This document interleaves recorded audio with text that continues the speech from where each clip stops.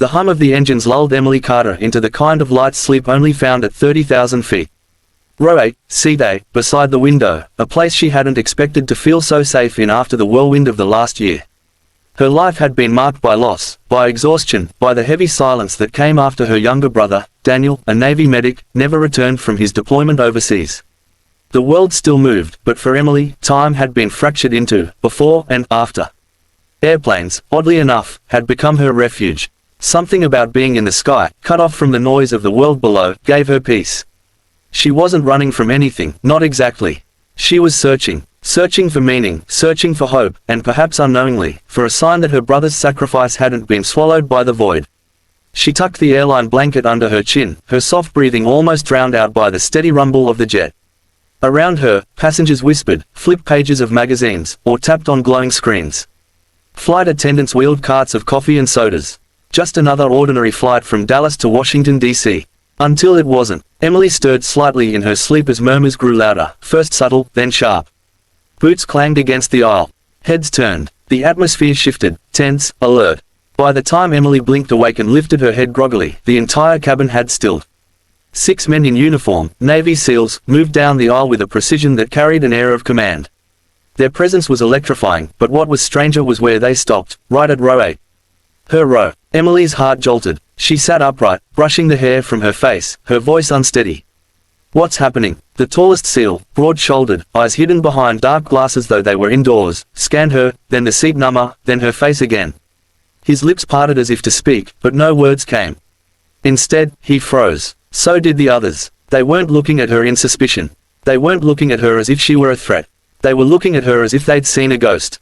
"Ma'am," the leader said finally, his voice low, reverent even. Can you tell me your name?" Confused, Emily clutched the blanket tighter.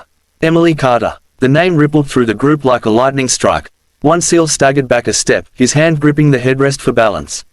Another's jaw clenched so tightly it looked painful. The air around them thickened, and every passenger leaned forward, holding their breath. The leader removed his glasses. His eyes were a storm, not of suspicion, but of grief, disbelief, and something rawer.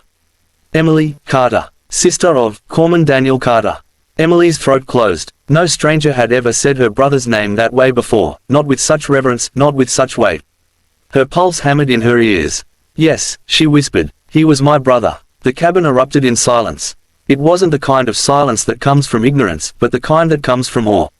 The SEALs stood frozen, their hardened composure shattered. Their breathing grew uneven. One of them, his face scarred and weathered, pressed a hand to his chest as though steadying himself. Another covered his eyes briefly, trying to mask emotion. Then, slowly, the leader knelt down in the aisle beside her seat. "Ma'am," he said, his voice shaking, "your brother, he saved us. He saved our entire team." Emily's breath hitched. She had heard fragments of Daniel's story from the official reports. Words like classified, heroic, and sacrifice had been thrown around by officers in crisp uniforms who stood at her door with folded flags. But what they hadn't given her, what she had desperately longed for, was the human story. Who he saved. What his final hours were like. Whether he was remembered not just as a name, but as a brother, as a man. And here, thousands of feet in the air, she was face to face with the living proof. The SEAL's voice trembled, but he continued. "We were pinned down. No way out. Danny," he stopped, swallowing hard, as if saying her brother's nickname cut deeper than he expected. "Danny ran into the fire to pull out one of ours. He was hit, but he never stopped. He patched us up while taking fire himself. He carried 2 of us out. He gave everything. Because of him, we're here." Emily's hands trembled against the armrest. Tears blurred her vision. Another SEAL, younger, with sandy hair and a voice that cracked like a teenager's despite his hardened frame, stepped forward. "I was the one he dragged out. My leg was shattered. I'd be dead if not for him. I've wanted to tell you for so long, I just didn't know how." Passengers around them sniffled, some covering their mouths, others reaching for tissues. The flight attendants had stopped service entirely, their eyes glossy with tears. Emily couldn't speak. For months she had prayed for this, a connection, a voice that could tell her who her brother truly was in his last moments. Now 6 voices stood before her, trembling not from fear but from gratitude. Finally, she found her voice. He never told me much. Just that he was doing his duty. That he wanted to make a difference."